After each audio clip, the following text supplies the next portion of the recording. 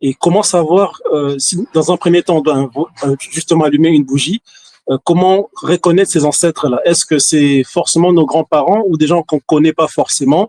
Et si oui, devons-nous allumer pour des gens méritants? Et comment saurions-nous qu'ils étaient méritants pour le faire?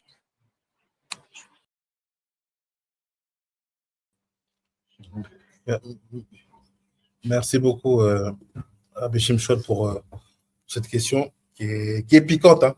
Je vais devoir répondre un peu à Clarissa. En fait, ce qui se passe, c'est que euh,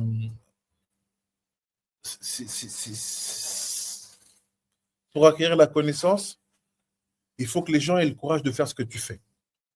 Ce que tu fais, ce que j'aime beaucoup chez toi, c'est que tu voyages, tu y vas.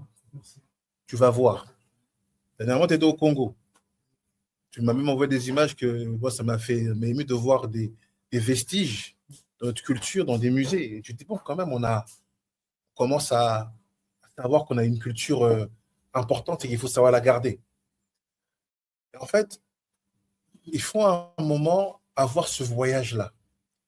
Parce que vouloir comprendre ses ancêtres de loin, bien sûr que les ancêtres ne vous lâcheront jamais.